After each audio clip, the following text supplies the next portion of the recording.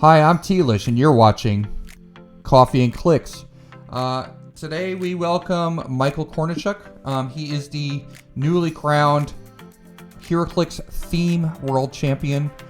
We just recently they held the World Championships in Memphis, Tennessee, and Michael competed in a Silver Age Theme Championship, and he took first place. So congratulations, Michael. And thank you for coming on the show. Not a problem, Tony. Happy to be here. Okay. So I mean, like, for those of us that are watching, so first of all, if you're watching, don't forget to give me a like and a subscribe if you enjoy my content. Hit the bell for notifications so that you can see all of the Coffee and Clicks content that comes through.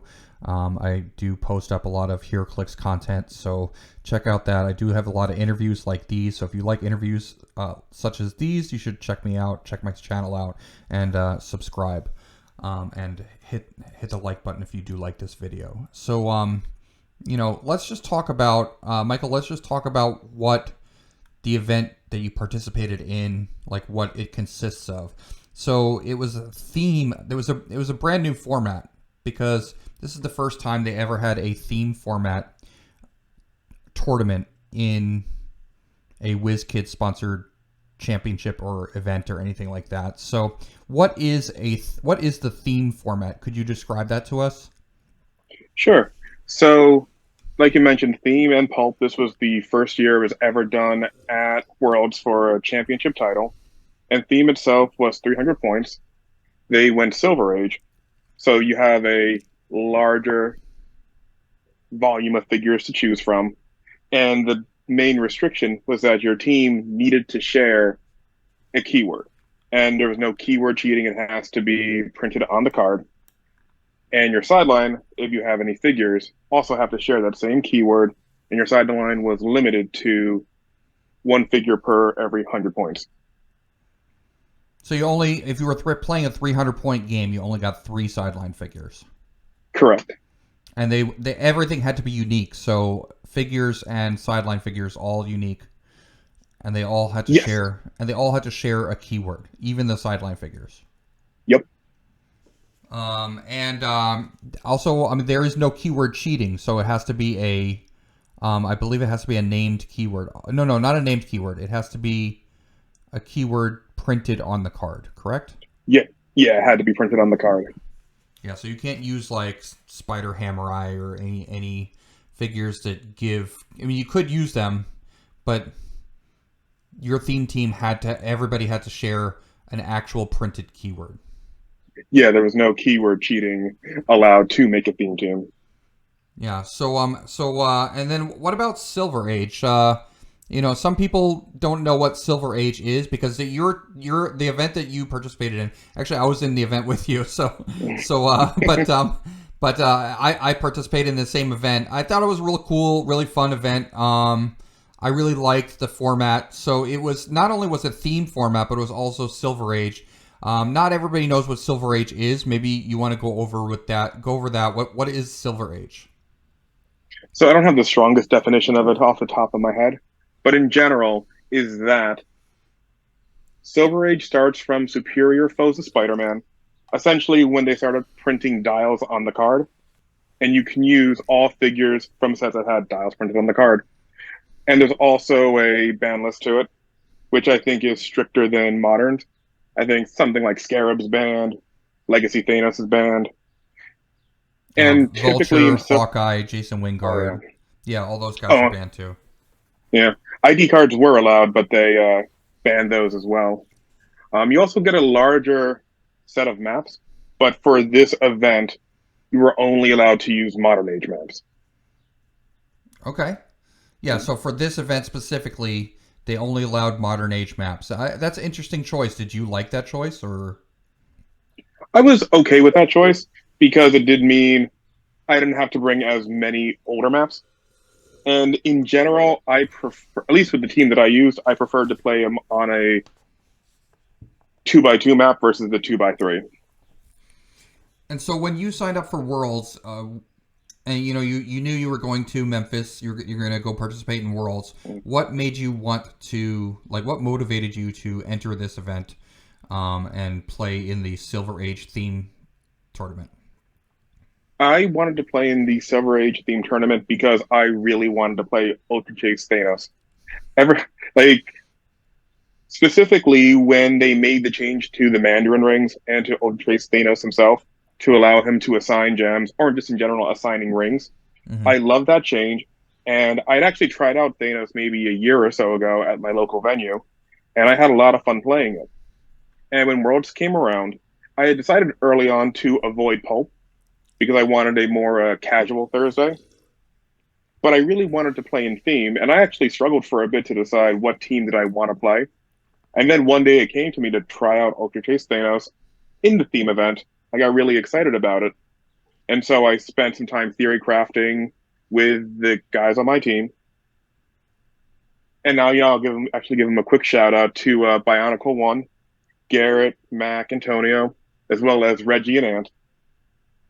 Because, especially with Mac and Garrett, Mac definitely helped me out with my build to figure out who would be the best partners with Ultra Chase Thanos. But once I figured out I wanted to play him, it was just play testing to figure out which key would be the best and putting together the team. But once I knew I wanted him as the core of the team, it all just came together. Yeah. So you mentioned Pulp. You wanted to avoid Pulp or Yes, because since there are four main championships going on, Theme, Pulp, Team Worlds, and Theme, I thought to myself, I would be stretching myself too thin to try to come up with builds for each one, making sure I was well experienced with all the teams I was going to play to perform at a high level. And out of all the tournaments, I felt that if I tried to add Pulp in there, I think I would have stretched myself too thin. Yeah. I mean, and certainly you did well with the Ultra Chase Thanos build. What was on your build? What was the actual build? So I played the full point Ultra Chase Thanos at 160. I equipped him with every gem except for space. I used Prime Q. I used I believe it was either the rare or the starter Star Sapphire with the Star Sapphire ring and the low point sprite from the Eternal set. And what was your strategy with that team? Like, how did it work, and what does it do? So, as a player in general, I have the most fun in my games when my team has a gimmick and I can work towards making the gimmick happen. Okay. With Ultra Chase Thanos, his big gimmick is, aside from being equipped with 6 or 7 different items at once, the main thing is that whenever you roll a 10 in an attack roll, 6 or 7 effects will trigger from his gems. 2 of them grant additional attacks. From the Mind Gem, you get to do a free mind control, and from Reality, you get to generate and then throw an object as an attack. So if you can keep rolling 10s, you can keep getting more and more attacks. And so I built this team with the thought of, I want to keep making 10s happen. So Prime Q was a big one in there, because with his dice replacement and getting a new dice every turn with his long range and overall survivability, he was an amazing choice. Star Sapphire was there, not only for TK, for barrier, but being able to generate constructs. While I didn't really use constructs too much in an aggressive way in the Silver Theme tournament, but in testing, I've had games where I would just run up Star Sapphire, generate a chainsaw, and get some damage in quick. And for Sprite was a contentious choice because there were a fair amount of figures in that 30, 35 point area that could fit, but Sprite won out for me because I wanted another reroll. She's very defensible with shape change, and that she has a trait that prevents her from being attacked unless you're in close combat. Mm-hmm. So with this team in general, nobody wants to attack Q because he has so many ways to get around it. With Sprite, you can't attack her unless you're in close, which really forces my opponent to attack Ultra Chase Thanos. And he will typically be having +2 to +3 to his defense.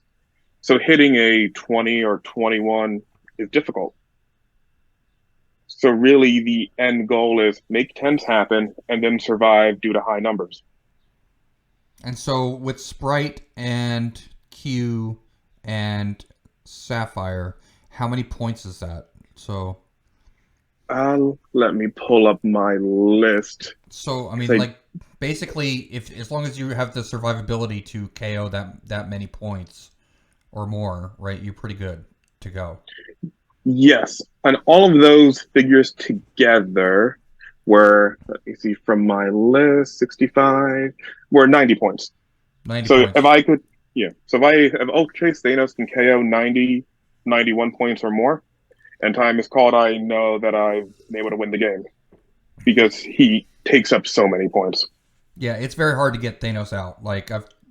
I practiced against you because we're local to each other, and that team's really tough. Your team was really good. It was very hard to get around Thanos. I mean, my strategy if I was going to play you again would be to try to take out Q first, but that's what I did the first time, and I was unsuccessful. So It's real difficult, yeah. and and the thing with this team is that it has a lot of weaknesses. That and the thing about Silver that since there's so many different teams you can play, the chance those weaknesses may never show up, or you just get matched against them. Like the big one is stealth. I During playtesting, I played against a Venom God team, Hmm. and Thanos couldn't do much. He couldn't get around the rollouts. He couldn't see through stealth to actually target Venom.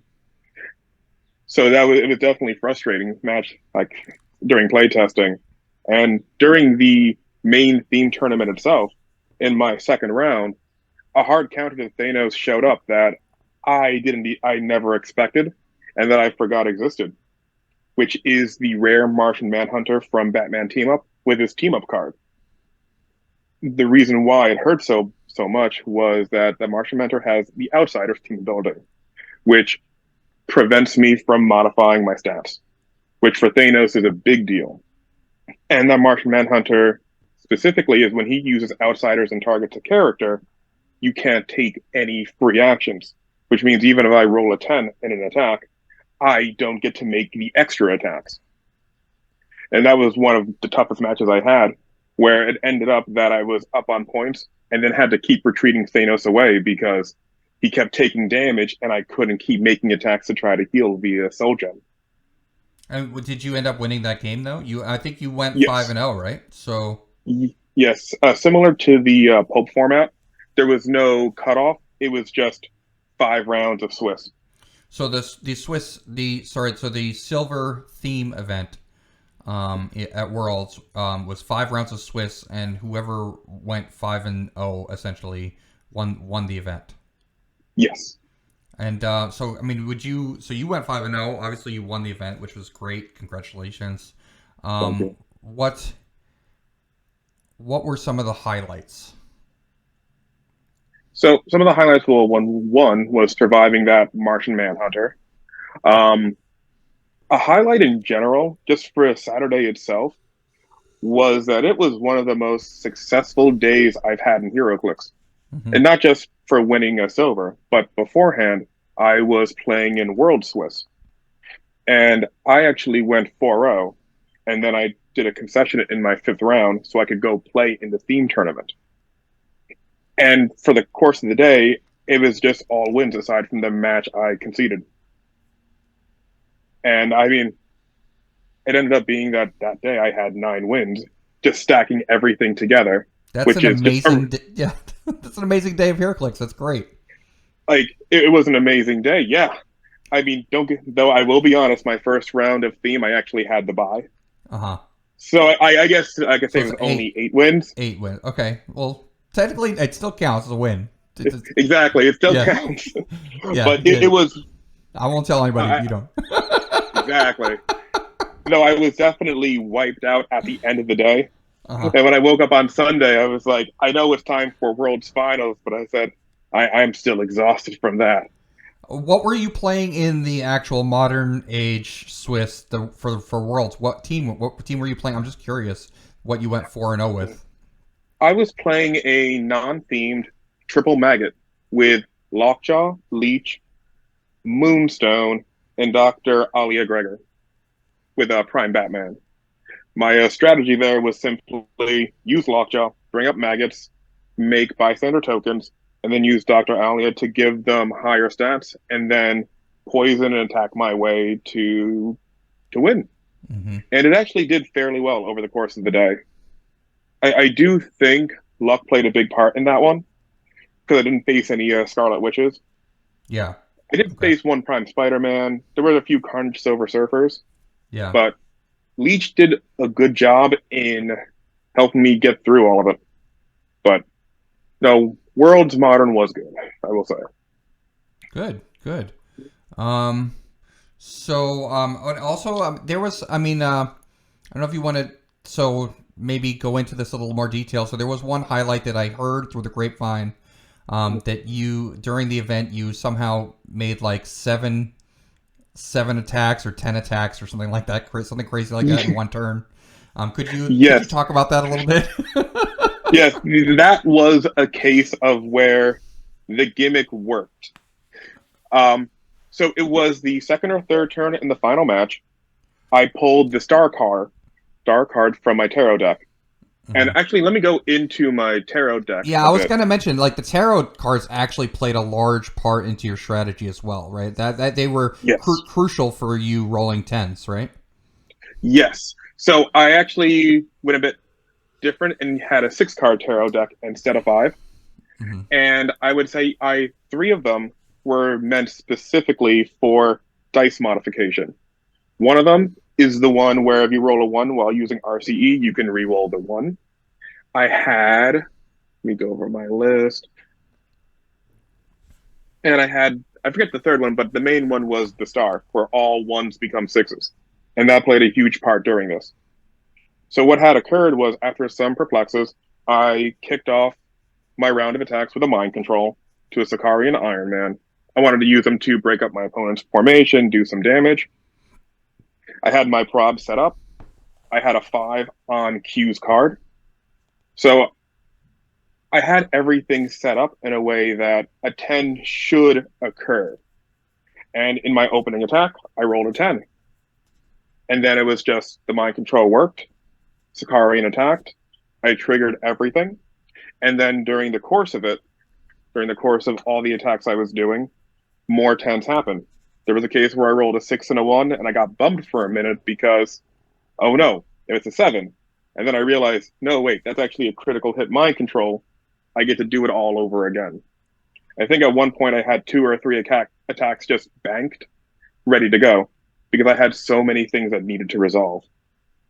And during that turn, I was able to use, with all these mind controls, I was able to use Sakari and Iron Man to KO an Iron Inquisitor, but also through the free damage from the Power Gem and all the ping of 1 damages from throwing items, I was able to knock out the Sakari and Iron Man with a bit of help from knockback. So in terms of a turn, yes, making 7 attacks, KOing 2 50-point characters, kind of set the tone for the game. Yeah, that's an amazing turn right there. And you set that all up because you had the star tarot card, and you have Q, and you just have everything engineered for success there. So that's really good. That's a great, wonderful team build, and a very ingenuitive team build. So kudos to you on that. And the thing I definitely want to call out was that the team I played was, the vast majority of it was actually Silver Age. To me, I think the fun of Silver Age is being able to use all of these figures from all of HeroClix history, based on what's allowed. And I definitely wanted to show off that a Silver Age team that's actually silver can do well. Because a lot of the teams that I faced, that I saw while walking around, were essentially modern age teams, but included a Retaliator or included like older equipment or Mandarin rings. And I definitely hope that in future events, WizKids creates a floor rule to actually make more Silver Age figures appear, to really differentiate it from modern or pulp. Yeah, I have heard talks. People have been talking about that, that issue with silver, and whether or not there should be some kind of a floor rule for silver. So that's interesting that you said that. I wonder how I wonder how that's going to unfold. How silver is going to evolve in the future, or whether it will stay the same, or whether it will change. I'm curious to see how that goes. But I mean, you do. I mean, do you enjoy silver over modern in general, or? I think with all the new formats, each one does something different. Like with Pulp, the top teams in Pulp, and through all playtesting, like since it's such a limited variety of figures, the cream is going to rise to the top very quickly. So in Pulp games, you're going to have a lot of mirror matches, a lot of facing against figures that you already have. So positioning and strategy is very important. And that kind of more tactical game is a plus of Pulp. With Modern, you have all the craziness of the newest stuff, the new hotness, and that kind of planning is a different sort of vibe from Pulp. I mean, and with teams, that's just you're playing sealed with your buddies. It's just pure fun. And with theme, you have, or theme silver at the very least, you have a restriction with keywords, but since you have such a large pool of figures to pull from, you can see so much more creative teams. And that in Modern, I think you can almost guess like what the top teams are going to be, what figures you're going to see. With Silver, since there's so much more, I feel like almost anything can show up and do well. And that's what I like the most about Silver theme, that anything can show up, and I think almost anything can do well with the right matchups. So, you mentioned you have your teammates for Worlds. So you had help. Did they help you with that team, or? Yes. So aside from letting me play test against them, Mac, he didn't love Sprite on my team, and he gave me different suggestions of other figures to try out, which is something like maybe Molecule Man with a ring. I think Molecule Man as low as 30 points, and I had 35 left over, so Molecule Man with a ring, or even Space Ghost would have been what you would consider a better replacement. And I did try them out. Yeah, I tried them out, and I just really think that the Prob and Outlet was the best combination that I wanted for my team. Yeah. But I appreciated like getting different viewpoints to try to make the best possible version of this team. No, man, I'm just asking because I had just interviewed, and there's another episode that I have up already, already uploaded, with the Team World Champions, Antonio Mack and Antonio McConnell and Garrett. So I did not know that you were also part of their team. So like, you guys had two teams that you I think it's Bionic 1 and Bionic 2, right? So yes, you guys went together to Worlds as like a 1-6 person team. Yes. In fact, I roomed with Garrett, Mac, and Reggie. Oh, yeah. So it was very exciting on Friday when they pulled off the win in Team Worlds. And then, we celebrated, we had a great time. And then the day after, when I pulled off the win here, it was like, all right, boys, we're celebrating again. And so that's what I was leading into. My next question was, what was your overall experience at Worlds in general?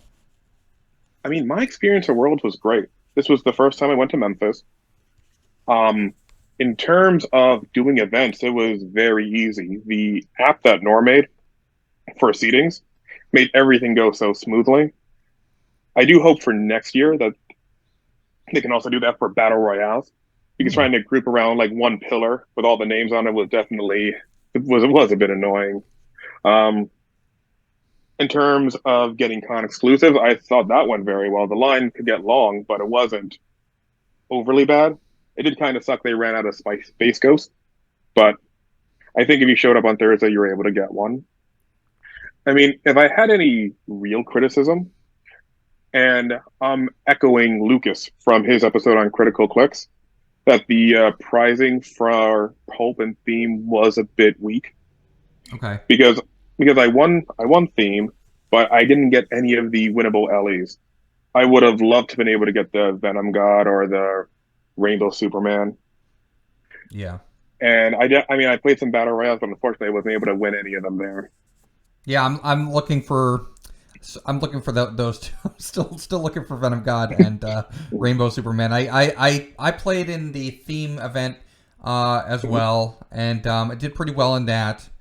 and I played in teams, and we did pretty well in that. But then like I didn't actually focus on BRs until like Sunday, so I didn't play any BRs until Sunday, and by that time everything was kind of like all used up. Like they didn't have any more Venom Gods, they didn't have any more Rainbow Supermans. So I think everybody's looking for those now because they ran out pretty quick.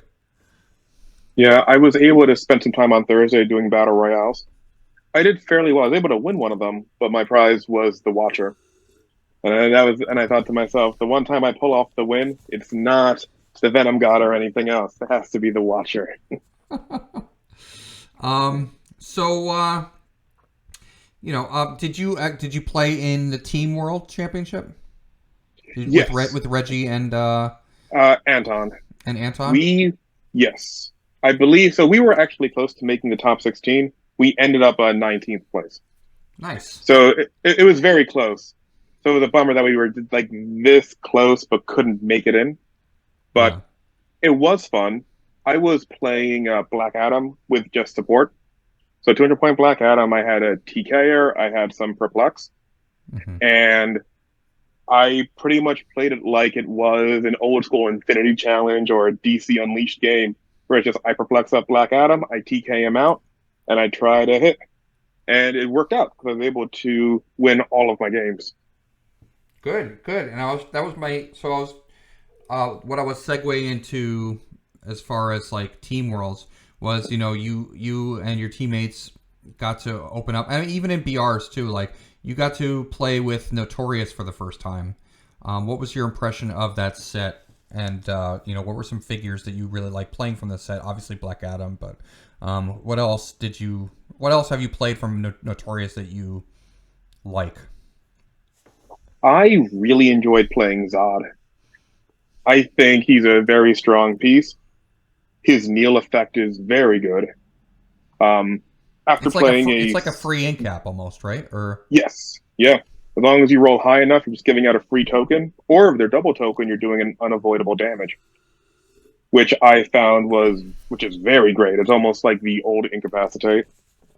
Well, you were at the sealed event on Saturday, where I was able to where I had a poll of Necron and the Black Lantern Batman, and playing with those two figures really showed off to me how good Black Lanterns can be.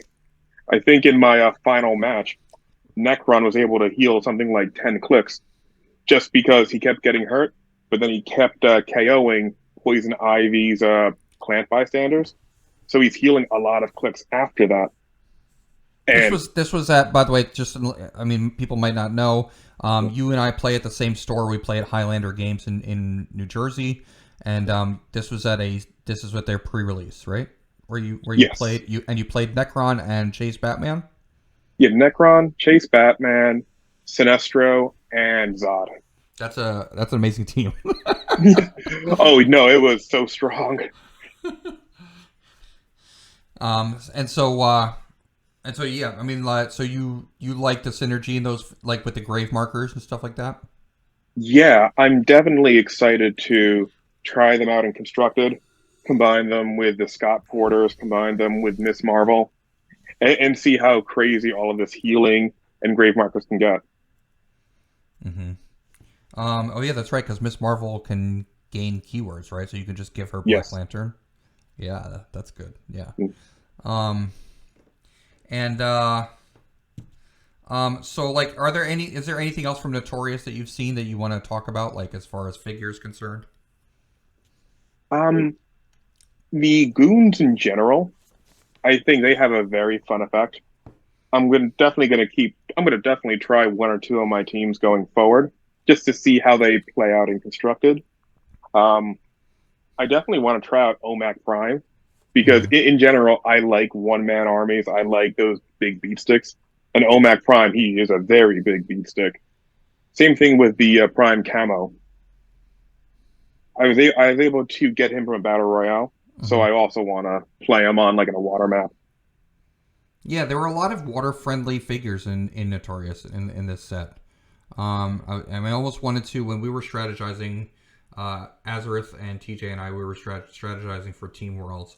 we were thinking about what maps to bring, and I was like, let's bring a water map just in case we pull a lot of dolphin figures, you know, Yeah. because they have, you know, there's King Shark, there's Camo, there's Black Manta, there's the Black Manta Goon, there's Killer Croc, there's Yeah. even Solomon Grundy, I think, is a dolphin symbol figure. So there's a lot.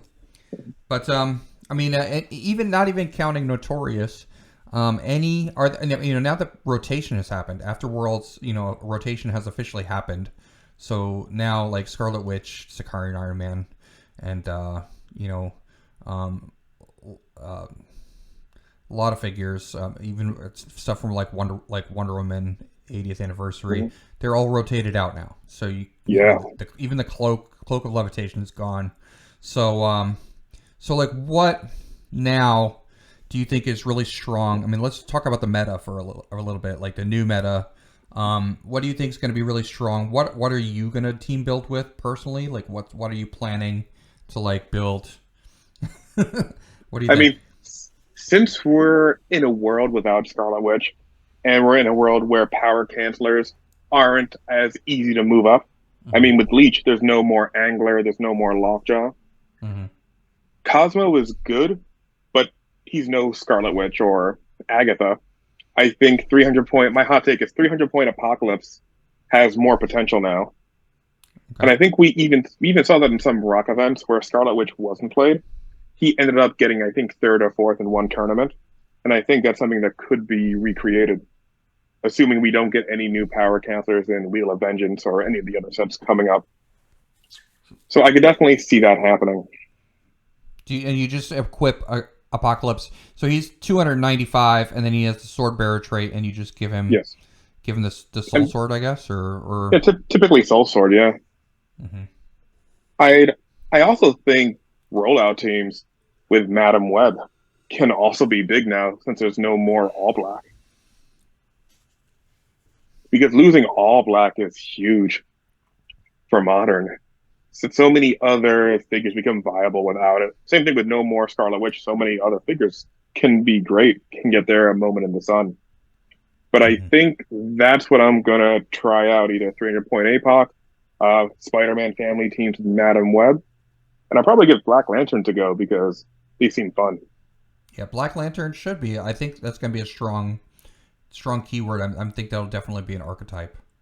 Definitely. Do you think there are any like sleeper figures that, you know, people are not really looking at that might be good? I think I'll repeat Madam Web. Okay. Whenever I've played Spider-Man family teams and I put her on, she does more than her points value in just being able to re-roll super senses. Like, I mean, I throw this common launch to say being able to keep hitting super senses is good, but it really does. It makes so much of a difference. Yeah. I mean, and to get around super senses, I mean, like, you really need to have, I mean, how do you combat that? I mean, I guess you need Outwit, hopefully, or you need Precision Strike, which not a lot of really strong figures have Precision Strike right now, I don't think. And with Madam Web, Arachnid has Precision Strike, but he's also has super senses, so he goes on either side of those. And the thing with Precision Strike with Madam Web, it doesn't matter as much because for her, I believe she makes it a 6. Okay. An automatic 6, so Precision Strike won't work off there. So Poison, Pulse Wave, it's not going to be easy. I mean, Cosmo is good. You just call super senses. Yeah. So your opponent won't have it. But with Prime Spider-Man, he'll still have Impervious. And in general, his defenses are protected Outwit. So I think it's going to be real hard getting around super senses in the upcoming meta. Absolutely. And I mean, Carnage Surfer, he's got the rollouts. He's got the shape change super senses. So he's going to be good. Carnage Surfer will remain great. And yeah, I mean, as far as formats, like we were talking about before, we were talking about the theme format, Silver format, pulp format, modern. What is your favorite format to play in? I would say my favorite format is sealed. Oh, I didn't Just, mention just. sealed. Yeah, that's a good one. I didn't even think about that. I mean, part of it is laziness. Some days, or at least sometimes when a new team build comes out for my local venue, King's Games in Brooklyn, Mm-hmm. sometimes it's hard to find time to actually sit down and theory craft a good build. Mm-hmm. And it's just sometimes just easy just to show up, get two boosters, and put something together there. I find sealed very fun, and it's also less pressure. And also in HeroClix itself, in constructing, there's so many convoluted effects you can pile together to do something, which can be kind of tiring. But in sealed, it's just you're just playing with whatever you pull, so it's usually a lot simpler.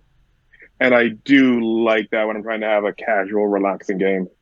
Mm-hmm. Do you find yourself to be more of a casual player or a competitive player, or kind of equal parts both? I mean, I feel it feels weird for me to say yes. I'm 100% a filthy casual player, as I come off a big competitive win with the theme championship and doing well in world singles. But I really do think I'm a more casual player. Okay. I treat HeroClix like a fun game. I like putting together crazy builds. I think I'm actually excited to do a 300-point game using all of the new Legion of Supervillain figures that just came out at 100 points, the Cosmic King, Saturn Queen, and Lightning Lord. That's I think cool. those are going to be they're going to be fun to play. Uh huh. So yeah, no, I definitely view myself as a more casual player, but competitive can be fun in its own way. Well, you certainly did And well competitively. You went 9-0, 9-0. The buy counts. The buy still counts. I did have my concession, so I did went 9-1 that day. You went 9-1. 9-1. Yeah, Okay, so yeah, yeah, if we're gonna count the buy, then we have to count the concessions. So, we got to count it. so you went 9-1 on the day. That's amazing, and you were able to win the theme world championship. Do you have any other final thoughts or anything else you want to say about the upcoming sets? I mean, also we should probably talk about Fan Appreciation Day, right? Did you see anything that was previewed? Have you seen any iconics or anything that was previewed by WizKids that you are excited about? Yeah, I'm excited for the Sherlock Holmes iconic set. I'm Mm-hmm. excited for Beetlejuice, and with the Disney next set, seeing the Khonshu, I think he's in that set. I love the Moon Knight show, so I'd be excited to actually have a Khonshu figure. I like that they're bringing back the old school entity effect, Mm-hmm. but a lot simpler. So I hope to pull him in the future. That's great. So, Michael, um, I think. Do you have any other final words or anything you want to say? Yeah, I think the last thing I'd want to end with is try out competitive play, try out Silver Age. I would say in all of the games I played, even if it was like serious Worlds games, everyone I played was fun to talk to. I had so much fun playing all of my games. And if you're going to play Silver, bring a lot of Silver figures to play with. And, WizKids, make Floor a thing. Yeah, I mean, Michael, I agree with you. For anybody that's thinking about like let's say you're a casual player, you play at home a lot, or you play at your local venue, but you don't want to travel to play. Think about going to one of these big events because and doing some competitive play, because the community is just great and everybody is very supportive, and it doesn't really matter if you win or lose as long as you just go there and have fun. I always enjoy. I've been to Worlds now. This is my third time going to Worlds. First was in Philly in 2018 at the PAX Center, at the Convention Center in Philadelphia, and then the second time was last year, and then this year was my third time at Worlds in Memphis. It was held in Memphis the last two times, and I thoroughly enjoyed myself every time, and I really get a lot of support from the community. They're very friendly. Everybody's very friendly. Everybody's treating each other with kindness, and it's a good place to just go play HeroClix. So you know, it's just all about going and playing HeroClix and having fun and talking to people. So, you know, definitely try it out. I mean, it's not as, I mean, it is competitive, but it's not like cutthroat like you might think. The word, you might be scared by that word competitive, but that's not what it means. So I really Yeah. had fun. Yeah, one of the things I would say in some matches, like, I think, in my regular games back home, like, it's not Worlds. We don't have to take it too seriously. We can have a good time. And I even caught myself saying that in some of my matches, like, I mean, yeah, some people would ask for, a take back. I'm like, yeah, man, you can take back your move. No dice have been rolled. It's not Worlds. It's not a big deal. And then I'd say, okay, actually, it is Worlds, but still, you can take it back. Yeah, yeah. So on that note, thank you, Michael, for joining me and having this interview. I'm really happy that you won the Theme World Championship. You know, East Coast representing because you're New Yorker, Yeah, no, right? East Coast did great this go around. Thank you, and everybody at home, if you like this video, if you enjoy my content, don't forget to subscribe, give this video a like, and hit the bell for notifications. And don't forget, wake up and smell the clicks.